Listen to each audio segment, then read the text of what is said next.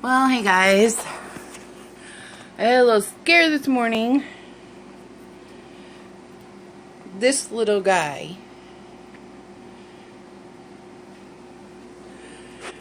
I hear meowing.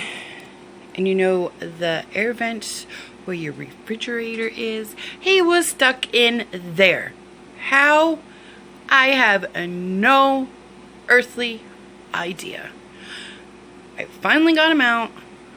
And that is in that area hole, and that is in that area hole. So hopefully he can't get behind the refrigerator and under it again. I will also be posting some pictures of the little dusty dude after his rescue.